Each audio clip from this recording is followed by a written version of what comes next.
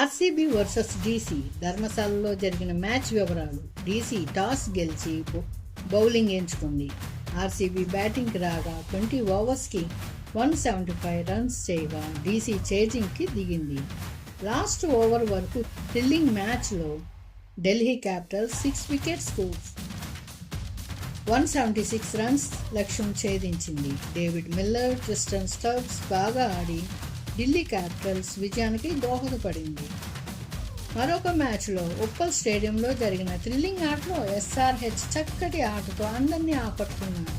Toss గెలిచి CSK bowling ఎంచుకుంది. SRH batting కోసం బరిలోకి దిగగా అభిషేక్ శర్మ 59 రన్స్ 22 బాల్స్తో, క్లాసన్ 59 రన్స్ 39 బాల్స్తో ఆడగా 20 ఓవర్స్కి 194 రన్స్ లక్ష్యంగా ఇచ్చింది.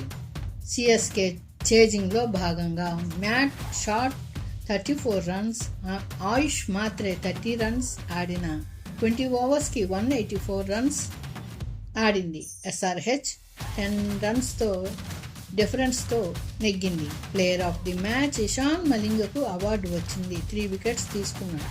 దీంతో పాయింట్స్ టేబుల్లో ఎస్ఆర్హెచ్ 4th ప్లేస్కి వెళ్ళింది. మీరు ఈ ఛానల్ నచ్చినట్లయితే ఐపీఎల్ హైప్ తెలుగు ఛానల్ని లైక్, షేర్ అండ్ సబ్స్క్రైబ్ చేసుకోండి. మరిన్ని మంచి వీడియోస్తో మీ ముందుకు